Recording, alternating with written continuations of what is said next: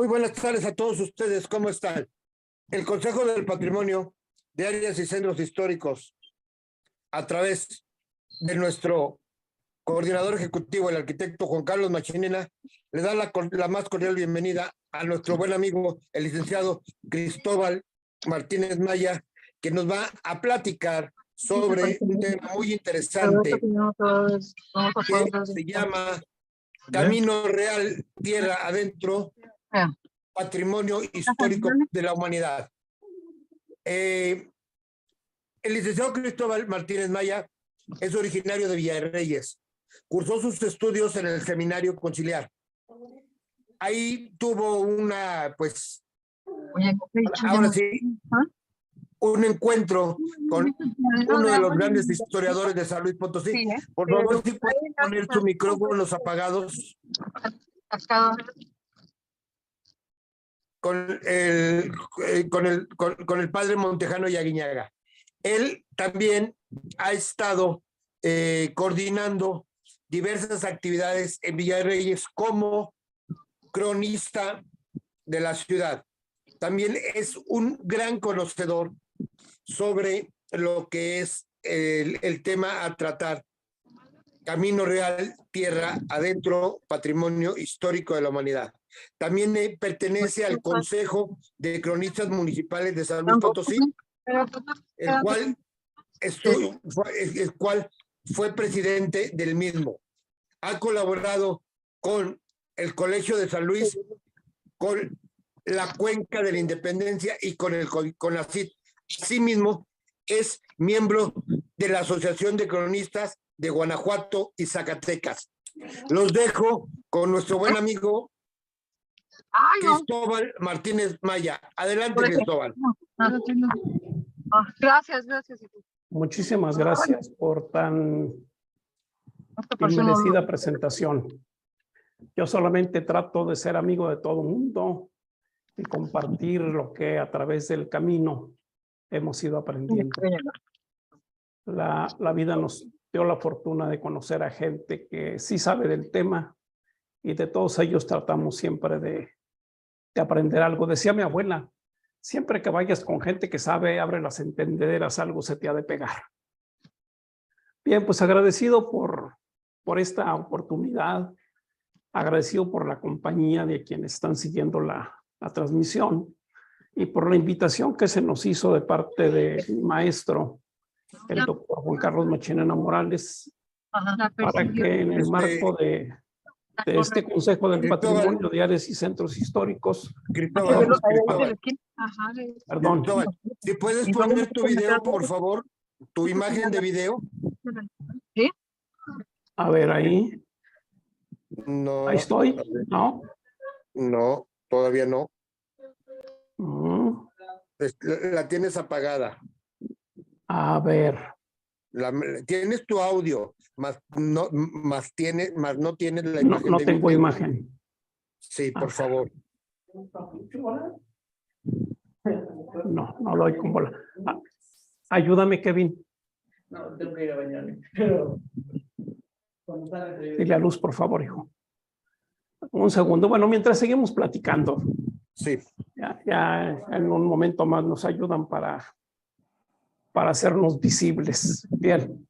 Decía que la oportunidad que nos brinda el Consejo del Patrimonio de Áreas y Centros Históricos, que atinadamente dirige mi maestro, el arquitecto, el doctor Juan Carlos Machinena Morales.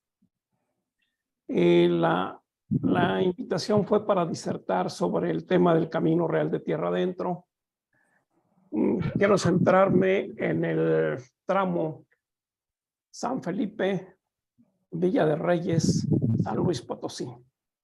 Sabemos que esta ruta histórica, continuará o continúa en rumbo a Mezquitic, a San Jerónimo del Agua de Honda, al Ojo de Agua del Venado, a Santa María de las Charcas y de ahí a Zacatecas. Las primeras noticias que encontramos en documentos relacionados a la propagación de la fe, la propagación del Evangelio hacia el Valle de San Francisco, nos las aporta Fray Guillermo de Santa María. Él es un agustino que viene de conventual a San Felipe. Su propósito era ir al frente. Cuando hablamos del frente, referimos el frente de evangelización, referimos el frente de batalla, el frente de guerra. No lo logra en la primera estancia que hace en San Felipe, por ello regresa a España y consigue que el mismo rey le emita las cédulas reales que lo faculten para hacer esas tareas con las que él, pues vamos a decir que soñaba, ¿no? Y de esa manera va a hacer entradas hacia el Valle de San Francisco. Es interesante referir que él dice trabajar en la evangelización de los naturales del Valle de San Francisco, pero nunca refiere que le haya dado nombre a esa tierra. Ya se le venía mencionando así. Hay otros personajes, que es el caso de Nicolás de San Luis Montañez, que se abroga el haber conseguido del propio rey Carlos V la licencia para llamarle Valle de San Francisco a la tierra que él dice haber conquistado un 4 de octubre de 1550. Bien, vamos entrando el tema con Guillermo de Santa María. Él, en su texto mayor, que es fuente para cuando se trabaja la historia de la guerra de la Gran Chichimeca, dice que hizo entradas durante 20 años hacia esas tierras, que logró acasillar, logró hacer una congrega de naturales que después convivieron armónicamente con españoles. También él sigue diciendo que trazó las calles, entregó solares y dio cementeras. Así le reporta a sus superiores de la Orden de los Agustinos. Y estando el oidor de Nueva Galicia, Jerónimo de Orozco, el doctor Jerónimo de Orozco, estando de visita en San Felipe, lo invita, y dice literalmente el texto, lo invita a que lo acompañe y vea con sus propios ojos el estado de paz en que viven naturales y españoles. Bien, ahí dejamos esa referencia. Vamos a reflexionar sobre el tema del camino real. Todos sabemos que la ruta, vamos a poner de la villa de San Miguel, de la villa protectora de San Miguel el Grande, hacia San Felipe y luego a Los Ojuelos, era la zona más peligrosa de tránsito. Los llanos de los Chichimecas cobraron incontables vidas de aventureros, de capitanes de frontera, de gente de avanzada, inclusive de los evangelizadores. Cuando leemos el mapa de 1580, el Tlacuilo ahí nos dejó reflejado, nos expresa la pérdida de la vida de dos franciscanos que vienen a la villa de San Felipe a traer una imagen religiosa, el Cristo, el Señor de la Conquista. Y en torno a ellos se va a construir todo un relato. Bien, ya habiendo hecho esa reflexión de que esa región entre San Felipe y Los Ojuelos de Jalisco, siendo los llanos de los Chichimecas, era la más peligrosa, quizá fue emitimos un acerto, de que fue uno de los motivos que empujaron a los capitanes de frontera a buscar una nueva ruta, y la van a encontrar bajando al Valle de San Francisco, que por cierto es una tierra buena, agua en abundancia, bosques de nopal, de maguey, bosques de mezquite, en fin, un hábitat idóneo para los cazadores recolectores que por siglos, que por milenios seguramente, transitaron esta región. Y los buenos oficios de Guillermo ya los había tratado, ya había estado entre ellos y de alguna manera habían aceptado esa presencia. Guillermo nos deja algunos nombres. De momento recuerdo a Juan Jali, a Bartolomillo, a Solomillo. Ellos eran, no puedo decir que caciques principales de esas tribus, pero sí eran gente respetadas por sus grupos y que acompañaban en sus trayectos a Fray Guillermo desde la villa de San Felipe hasta el Valle de San Francisco. Bien. Ya señalamos que dio cementeras, que entregó solares, que trazó calles. Y nos dice que entregó solares para la construcción de un templo, para las casas consistoriales, para la casa del prebendado o del beneficiado, le hace el curato, y para el Campo Santo.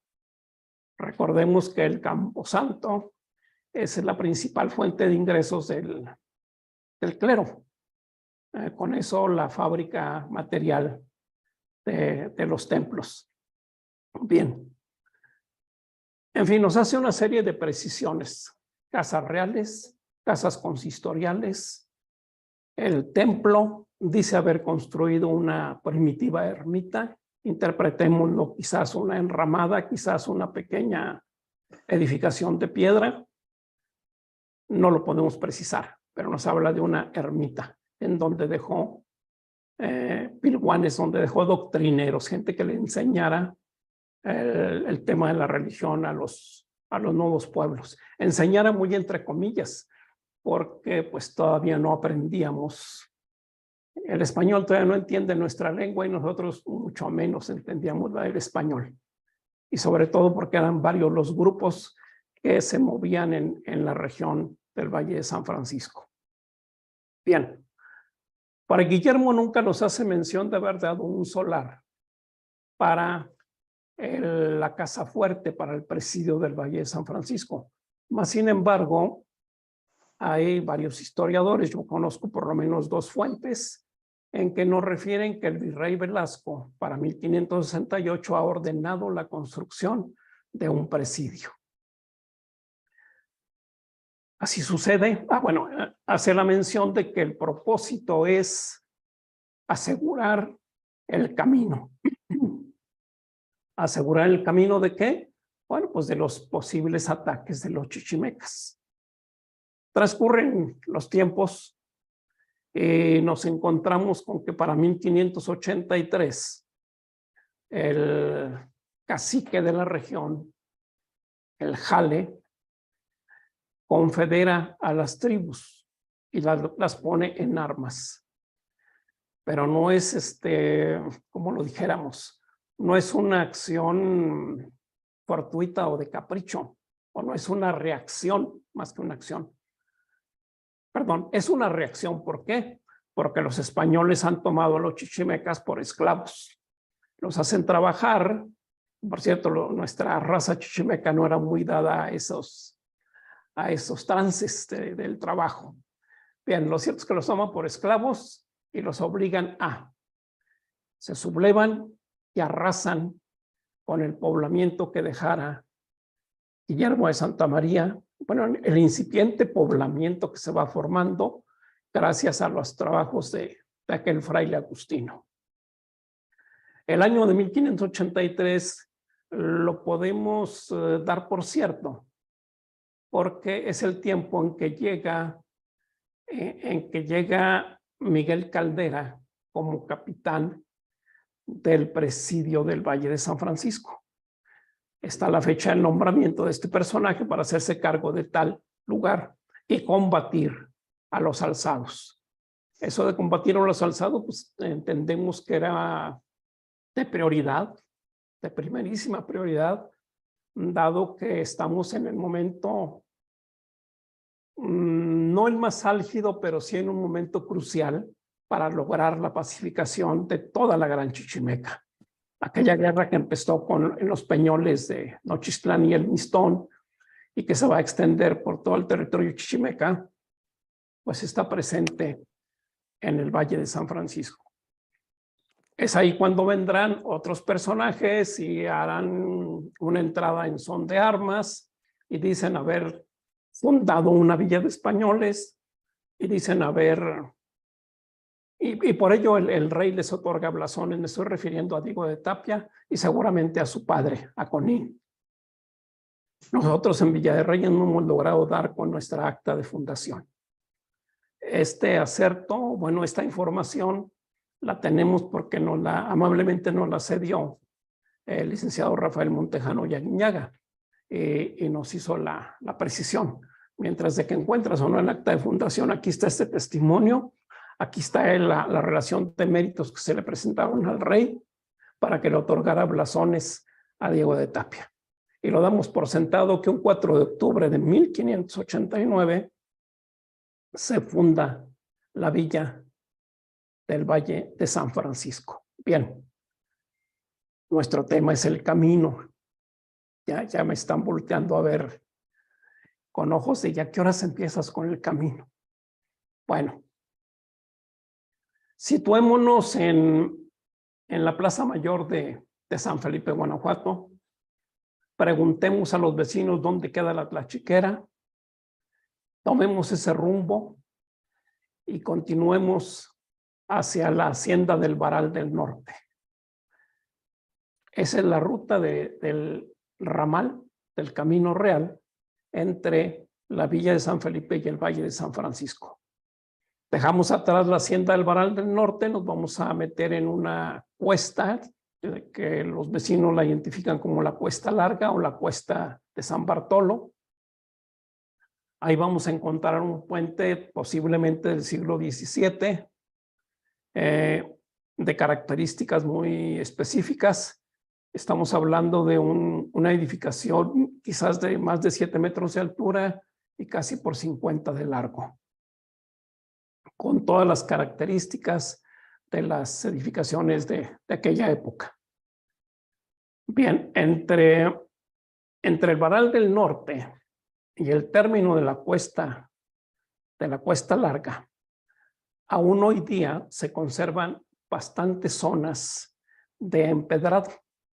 Claro, algunas muy deterioradas, pero la evidencia ahí está. Por lo menos vamos a llamarle los lomos del camino. Por cierto, los cimentaban de manera muy sólida. Ahí están presentes y en no pocos tramos está el empedrado de la zona de rodamiento.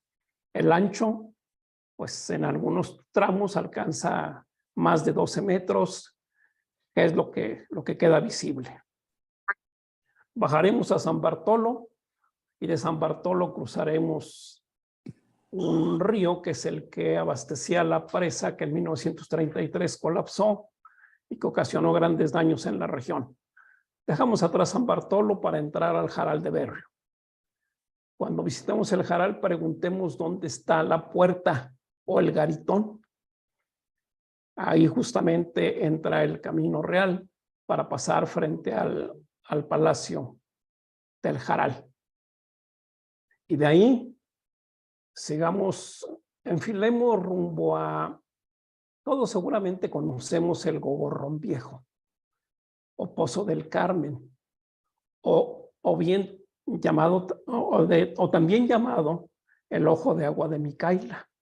Eso es como le dicen los vecinos y como está referido en documentos que se presentaron cuando los agraristas reclamaron la restitución de tierras que había usurpado la hacienda de Gogorrón desde los tiempos de su fundación. Desde que Pedro de Arizmendi Gogorrón llegó a la región, pues se adueñó de los terrenos que por disposición virreinal se habían otorgado a los pobladores del Valle de San Francisco.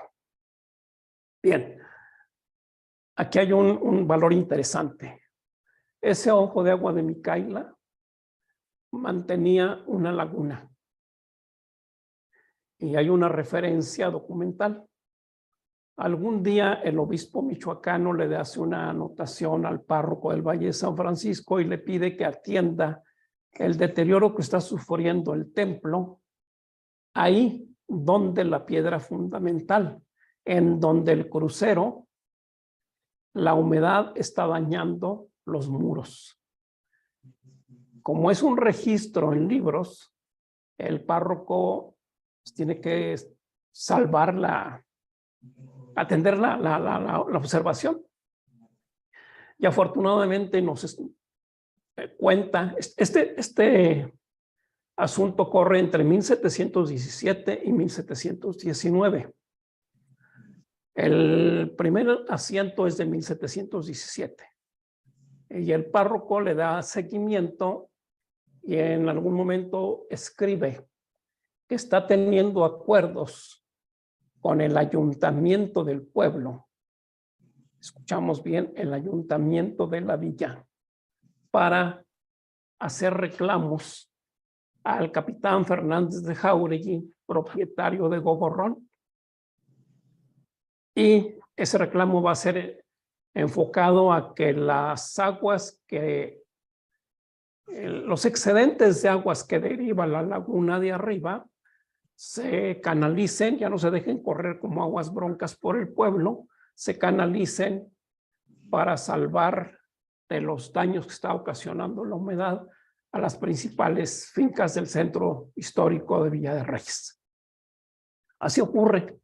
Excavan un canal de cerca de 9 kilómetros desde la zona de Electra Manuela hasta la hacienda de Gogorrón. En algún tramo de casi 6 es un acueducto subterráneo, pues que hubo necesidad de excavar bajo tierra sencillamente porque la orografía así lo demandó. Pero aquí lo interesante es la riqueza del acuífero de nuestra región. Ahí vamos a ir entendiendo, bueno, no entendiendo, vamos a ir recordando qué fue lo que trajo a los hombres más poderosos de inicios del 17 a asentarse a Villa de Reyes. Indudablemente sus aguas y sus tierras muy fértiles. Bien. Por el camino se va a empezar a intensificar el tráfico. Ya dijimos que porque en esta ruta que nos va a llevar a Charcas y a Zacatecas, evitamos el paso por los llanos de los Chichimecas, ahí donde era casi seguro que nos alcanzaban y nos iba a ir muy mal. Y en 1592, como todo el mundo está enterado, se hace el descubrimiento de las ricas vetas de oro y plata en el Real de Minas de San Pedro. Y va a fortalecerse la actividad productiva en la región de Villa de Reyes. ¿Por qué? Pues porque para moler y afinar metales es fundamental el agua. Y en la región del Valle de los Bledos, el Valle de San Francisco, hay una corriente permanente, caudalosa, que va a permitir el asentamiento de haciendas de beneficio de metales. Y ahí nos vamos a encontrar a un Francisco Cárdenas que venía de San Felipe, donde los indios le habían destruido sus pertenencias, donde le habían quemado sus trojes con sus cosechas, le habían matado esclavos, en fin, una serie de sucesos. Cárdenas le pide al virrey una oportunidad para resarcir sus daños y el virrey le otorga tierras en donde él encuentre un sitio adecuado a sus intereses. Ese sitio va a ser Bledos. Y en Bledos va a beneficiar metales que él está extrayendo de la Sierra de Pinos y que también está explotando en el Cerro de San Pedro. Y ahí vamos a encontrar en los inventarios de Bledos el número de unidades de transporte, su flota de carretas para el trasiego, el acarreo de esos minerales. ¿Por qué hasta Bledos? ¿Por qué caminar de Pinos, Abledos, de San Pedro, Abledos, porque ahí tenemos agua en abundancia, porque ahí los bosques de mezquite son muy ricos. Y no olvidemos que para fundir necesitamos fuego y para atizar necesitamos leña. Y el mezquite es muy buena leña.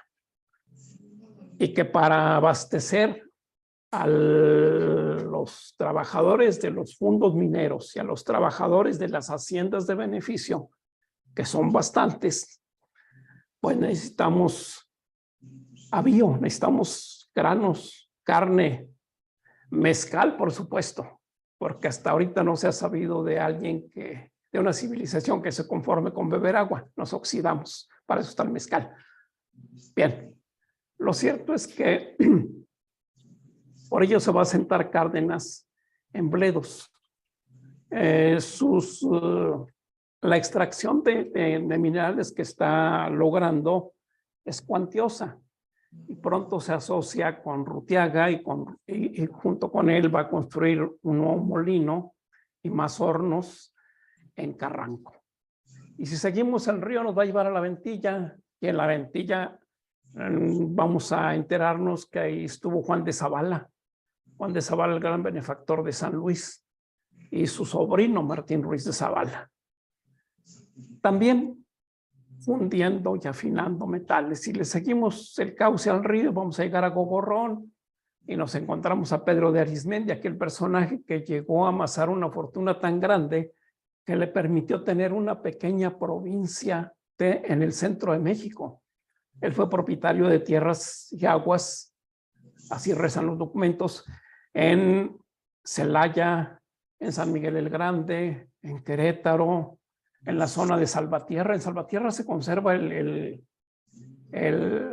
molino de Gogorrón y se conserva el canal de Gogorrón.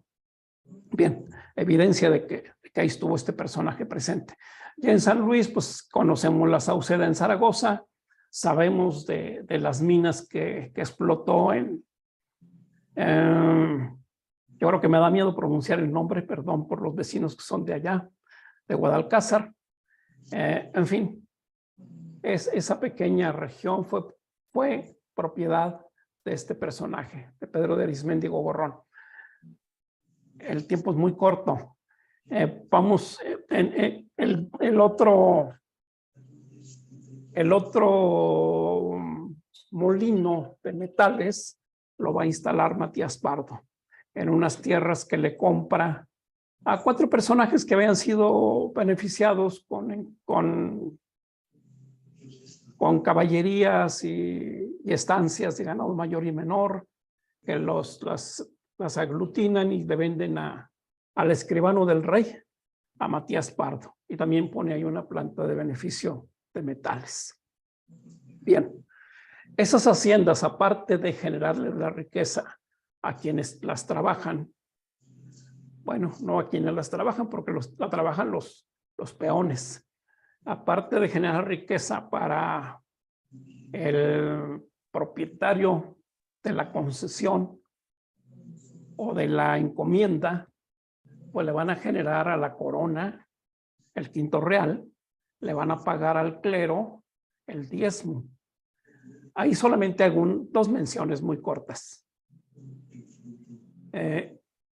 En libros de parroquia, hablando del tema de diezmos, Juan de Zavala, para 1634, en el año de 1634, paga 10,000 cabezas de ganado mayor por diezmo. Imaginemos cuánto ganado, pasta, propiedad de Juan de Zavala en la zona del Valle de San Francisco.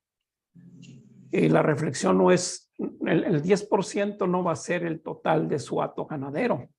Esas 10,000 cabezas son las vacas que en ese año 1634 tuvieron cría y que a la hora del marcaje, a la hora del herraje, se va a hacer el pago en especie al clero. Y la otra referencia es su sobrino, Martín Ruiz de Zavala. Él se dedica primordialmente a la explotación de ganado de pelo y lana en la hacienda de La Ventilla. Y él va a pagar cerca de 7,000 cabezas de ganado menor, también al clero. Bien, la cadena de haciendas que viene mencionando nos van a marcar los caminos reales. Ya dejamos uno que salió, que pasó por el Ojo de Agua de Micaila, le hace actualmente Pozo de Gogorrón, que por cierto hoy lo bombean a cerca de 240 metros de profundidad, cuando en aquellos años brotaba. Y para 1905, que se perfora, el aforo arrojó 25,000 litros por segundo, fue lo que produjo. Y no era la extracción no era por bombeo, era una fuente brotante. Pero esos temas los trataremos en otra ocasión, si es que la vida nos lo permite. Bien. Dejemos atrás ese pozo o ese manantial y encaminémonos a donde vemos ahora un chacuaco, una chimenea de una hidroeléctrica que allá por 1910 inauguró la hacienda de Gogorrón y de ahí generaba energía para abastecer, para mover su industria textil que tenía instalada en el casco. Bien, por ahí, entre el Cerro de la Soledad y el ahora ya llamado Río de Altamira, hay aguas atrás cambia de nombre. Cuando toca Ventilla deja llamarse Río de los Bledos para llamarse Río de Altamira. Bien, entre el Cerro de la Soledad y el Río de Altamira, allá por 1966-67, se construye un nuevo trazo de la vía férrea México-Laredo. Para que esto suceda, ha de venir una misión arqueológica a hacer el levantamiento del sitio. La misión arqueológica era coordinada por la doctora Beatriz Braniff en Electra. Ella le llamó Electra al sitio. Y la doctora nos refiere a asentamientos prehispánicos en un horizonte de 3,000 años.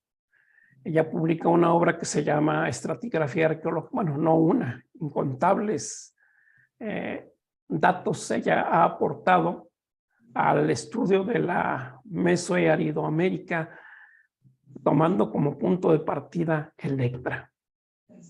Pero bueno, centremos en que publica Estratigrafía Arqueológica de Villa de Reyes. Cuando la leemos empezamos a comprender sus fases de ocupación y las culturas que ahí se asentaron. Y también nos enteraremos que desgraciadamente el progreso, el ferrocarril, atropelló uno de los sitios arqueológicos interesantes del Valle de San Francisco. Hay muchos otros. Voy a referir solamente el de las Rusias, que también fue estudiado sin haber hecho una excavación que dijéramos de mayores alcances. Ese sitio lo trabaja la doctora Ana María Crespo Oviedo y deja también una interesantísima obra de lo ahí encontrado. Sitio que desgraciadamente cuando se construye el libramiento de la carretera Villa de Reyes San Felipe fue destruido para extraer material de banco y hacer los terraplenes de la referida obra. Bien, ya pasamos Electra, vamos a vadear el río de Altamira, entraremos por la calle Real al pueblo, a Villa de Reyes. A 3 cuadras nos encontraremos frente al presidio, al fuerte del Valle de San Francisco. Finca que afortunadamente en sus espacios exteriores se conserva en buen estado, no ha sido alterada, no así lo interior, que es de particulares. Bien, el fuerte pues se distingue por su atalaya y esto nos permite hacer algunas observaciones y reflexiones. el por qué los muros tan altos. Conocemos el fuerte de Ojuelos y lo comparamos con el del Valle de San Francisco y vemos los muros muy elevados. Y cuando caminamos por las azoteas, nos encontramos con que el muro sirve de parapeto. El remate del muro nos permite cubrir pues nuestro cuerpo, ¿no? Y desde la ¿No atalaya... puedes checar las calificaciones? ¿Sabes si ya aparecieron? No tiene todavía. ¿Ya lo checaste? Sí. A ver, ¿A qué horas? ¿ya me fui de tiempo? A ver, me aparece que está hablando Patrimonio. ¿Ya me pasé? No, Cristóbal, tú síguele. Tú síguele, Bueno, tú síguele. continuamos. Síguele, Cristóbal, no hay problema. Gracias. Bien, y desde la atalaya vemos que se domina perfectamente los cerros cercanos al centro histórico del pueblo y se ve el trazo del camino que venimos siguiendo y la bifurcación que se hace a 2 manzanas del centro histórico para subir por el Cerro de los Azules y transitar por un camino de andadura y herradura que también va a México, pero por San Luis de la Paz. Este camino nos va a llevar al puerto de las Orruedas y de ahí por la cañada de Santa Rosa al fuerte Atotonilco y ya vamos a estar a tiro de piedra de San Nicolás de la Tierra Nueva y de ahí al encuentro con las labores que hicieron los jesuitas en la región de San Luis de la Paz para continuar rumbo a Querétaro y a México. Reitero, es un camino con todas las características, pero seguramente aprovechado para ¿qué? Andadura, para camino, era un camino de pie a tierra y de herradura. Y tal vez por los lienzos haya sido el camino de la transhumancia. No perdamos de vista que además de lo que ya hemos referido de la riqueza productiva del Valle de San Francisco, también el Marquesado del Jaral en su momento fue proveedor de ganado, de carne, ganado en pie, para la Ciudad de México. Están los contratos de las tablas de ganado que abastecía el Jaral.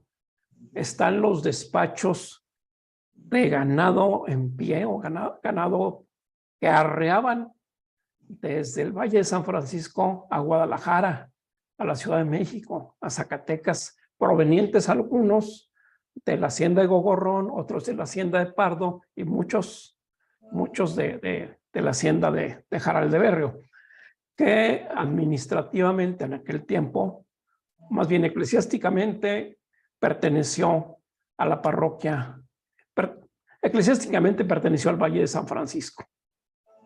Bien. Dejemos el pueblo, enfilemos rumbo a la puerta de Gogorrón.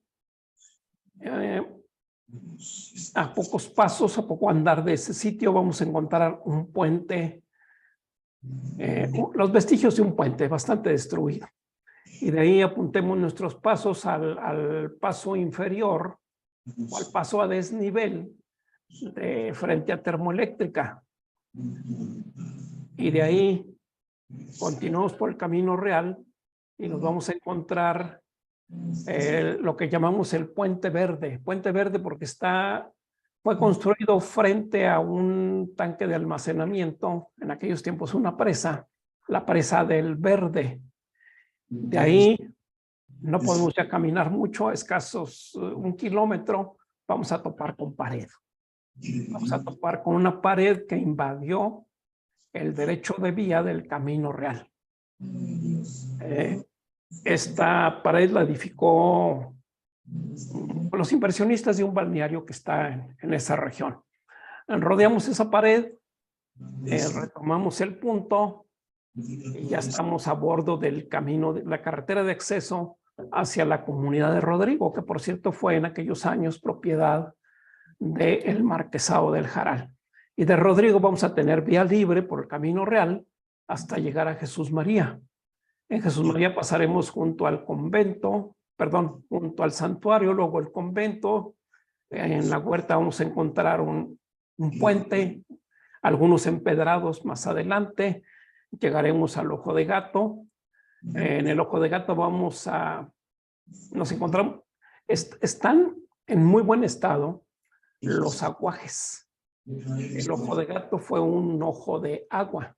Bueno, porque el manantial está vivo, sigue produciendo. Le vamos a decir que era un punto de abastecimiento para el viandante, para dar de beber a sus animales. Bueno, lo demás lo comprendemos. Y del Ojo de Gato llegaremos a la hacienda de Arroyos. Dejamos atrás Arroyos, seguimos en paralelo la vía férrea y llegamos y nos vamos a topar nuevamente con un camino cerrado en la zona industrial. Una empresa productora de llantas también invadió o cortó el camino. De ahí caminamos y vamos a llegar a las goteras de la ciudad y se nos va a atravesar un bulevar que hoy se llama Bulevar San Luis y algunas edificaciones. La rodeamos y entramos por Fleming y estamos en San Luis Potosí. Ese es más o menos, no es más o menos, esa es la ruta, esa es la andadura del Camino Real entre San Felipe, Villa de Reyes y San Luis. Hay rutas alternas, ya mencioné la que sube por el puerto de las Orruedas. De manera quizás un tanto atropellada, un tanto rápida, quiero referir la que nos llevó a Guadalajara por la Cañada de Calderón. Saliendo del valle de la Plaza Mayor de Villa de Reyes, preguntamos por el Camino Real a Guanajuato, nos van a señalar un punto que se llama el Puerto de la Colmena, brincamos ese cerro y estamos a una bifurcación que nos lleva a Guanajuato o nos lleva a Guadalajara. Hay un lugar que se llama el Puente de Tierra. La comunidad guarda ese nombre porque frente a ella hay un puente de quizás siglo XVIII, que así se le denominó. El puente está ensolvado. El agua, cada vez que escurre, que es bastante, lo está deteriorando. Son los patrimonios que se siguen perdiendo. Pero bien, ese camino nos va a meter en la Cañada de Calderón. Tomamos la cañada, la transitamos y muy pronto llegaremos al Cañón de Bledos, del Cañón de Bledos a un sitio denominado El Falso. Por cierto, es un sitio con una profunda tradición, con bastantes hechos durante la guerra cristera.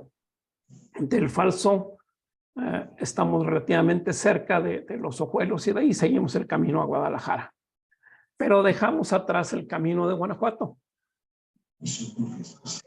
Lo vamos a seguir para pasar frente al Baño del Conde, que son unas ruinas que están en el río de Altamira, unas ruinas donde hubo un ojo de agua termal, que es a donde se dice que se iba a tomar sus baños relajantes el Marqués del Jaral. Pasamos el Baño del Conde, y luego justo frente a la puerta de la Casa Grande de la Ventilla. Y de ahí enfilamos hacia lo que ahora es lo que algún día fue Estación Jaral. Estación Jaral porque era de la ruta férrea México-Nuevo Laredo. Y ahí entroncamos con el camino de carretas y diligencias que ya referí. Solamente me restaría hacer una muy breve reseña para unir para unir la comunidad de Calderón ahí frente al casco de la fracción de Gogorrón, llamado también Hacienda de Calderón, que nos llevaría al Saucillo, en donde hay atarjeas, luego al Chiquihuitillo, que se asegura es un sitio prehispánico. Hay quien se atreve a decir que es una pirámide. Y de ahí apuntaríamos a Lagunita de Jazos, de Lagunita de Jazos al Novillero, que ya desapareció porque quedó en el vaso de la presa de Jesús. y de ahí a la presa de la Cantera. De presa de la Cantera ya estamos prácticamente descendiendo Avenida Juárez. Son las rutas que de manera muy somera podemos referir ahí en el Valle de San Francisco. ¿Qué nos trajo el Camino Real? Bueno, pues nos trajo el mestizaje, nos trajo la tercera raíz, nos trajo otra raíz que poco se refiere, la sangre, los chinos. Sabemos que Arismendi Arismendi Gogorrón, el fundador de la hacienda que lleva ese nombre, era un personaje rudo, muy pocos sentimientos, agarró a garrotazos a un fraile franciscano y también se sabe que mató a latigazos a un esclavo chino. Bien. Pero en lo que hemos ido acopiando de información, tenemos alguna estadística de cuántos esclavos de Angola, del Cabo, de Portugal, compraron los hacendados del Valle de San Francisco. Y ahí se va a destacar, obviamente, Pedro de Arismendi Gogorrón, tiene cifras también interesantes, la hacienda de Bledos en su primera época. En fin, ya ahí vamos a tener ese otro mestizaje del que poco se habla. Como chichimecas, como guachichiles, nos dispersamos. Ya referimos que no aceptamos la esclavitud y que pues preferimos irnos.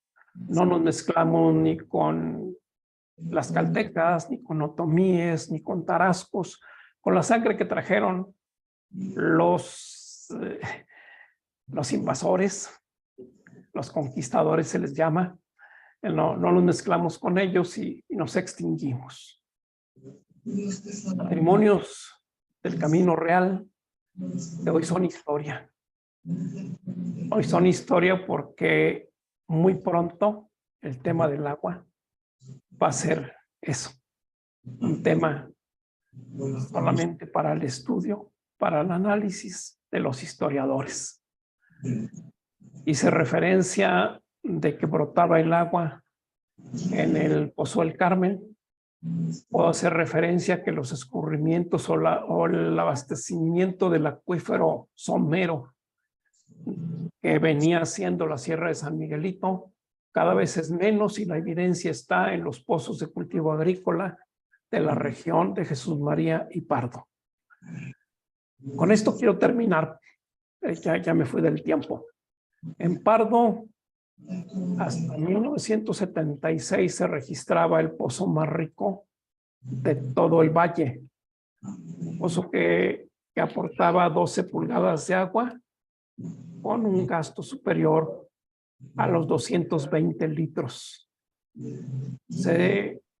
En 76 sufrimos de una inundación, cayó una tromba que afectó gran parte del territorio del municipio, destruyó presas, básicamente las de la Sierra de San Miguelito, no las hemos rehabilitado y el acuífero se abatió. Hoy el Pozo de las Magdalenas, que estoy refiriendo, bombea a más de 180 metros de profundidad y extrae 68 litros por minuto. A eso ha llegado la riqueza del Valle de San Francisco. Espero no haberlos aburrido.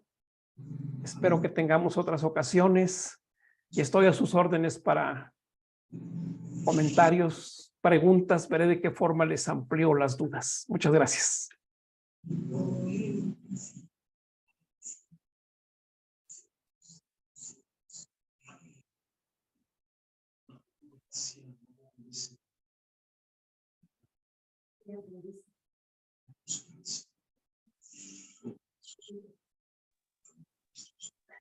Cristóbal, buenas tardes. A la orden, buenas tardes. Bueno, primeramente felicitarte. Creo que nos fuiste adentrando muy ligero para toda la información que nos diste, y creo que esto nos abre una visión más amplia de lo que es el Camino Real de Tierra Adentro. Creo que esto no lo hemos sabido explotar todos los potosinos, para darle el rango y el margen, la magnitud real de lo que es el Camino Real. Y nosotros tenemos que ser los primeros promotores y difusores de este patrimonio.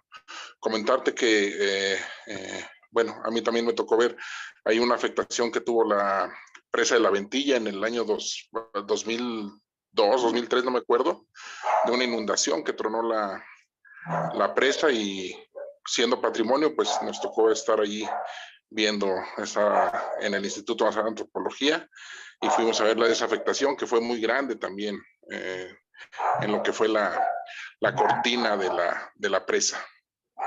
Y felicidades. Y déjame abundar que, como siempre, pues hay que decirlo claro, la indolencia, ¿no? A la cortina de la presa de los Dolores le crecieron 2 mezquites que nunca les pusimos atención. Las raíces debilitaron la cortina, cae una tempestad muy fuerte en las zonas altas de Bledos. Interesante el tema de la hidrología en el Valle de Bledos y Valle de San Francisco. De la región de Bledos tenemos un parteaguas de más de 80 kilómetros. Entonces imaginemos los escurrimientos cuando hay tempestades, cuando hay tormentas que dejan caer varios milímetros de agua, que fue lo que ocurrió en la presa de los Dolores, y el dolor que dejó en las familias al haber perdido seres queridos y bienes. Gracias por tu comentario.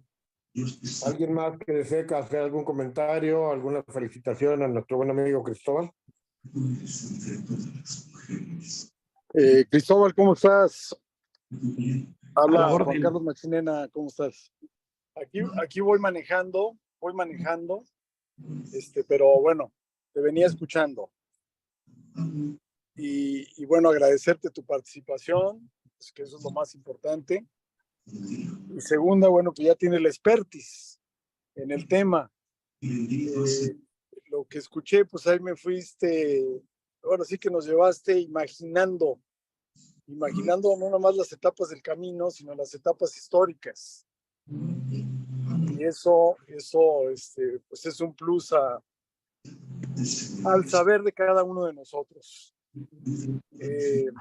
Creo que ahí tenemos todavía mucho tema pendiente, sobre todo de difusión, que tú lo estás haciendo, sobre todo también de edición, de libros, de cuadernillos, de las escuelas, muchos temas que espero podamos hacer juntos con tu guía, ¿no? Que es la clave.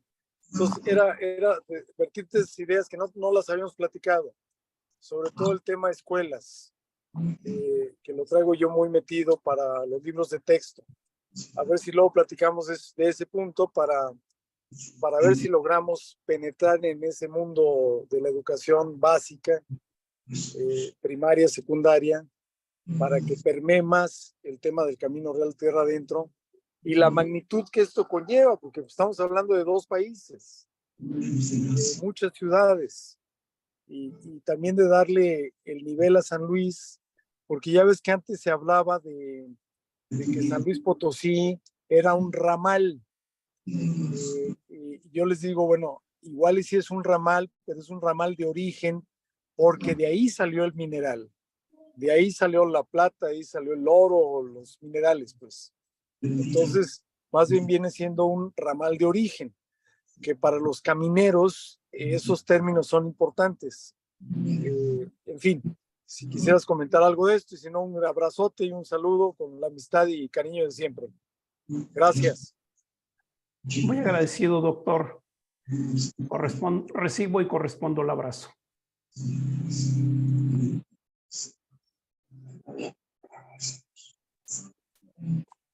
¿Alguien más que desee comentar algo más?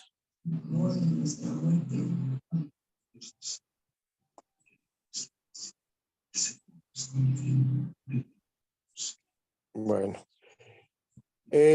Pues a nombre del arquitecto Juan Carlos Machinena Morales, coordinador ejecutivo del Consejo del Patrimonio de Áreas y Centros Históricos, te damos las gracias, Cristóbal, por esta esta riqueza de conocimiento que nos acabas de inyectar, que nos acabas de dar sobre lo que es nuestro camino real tierra adentro, sobre la historia nos fuiste llevando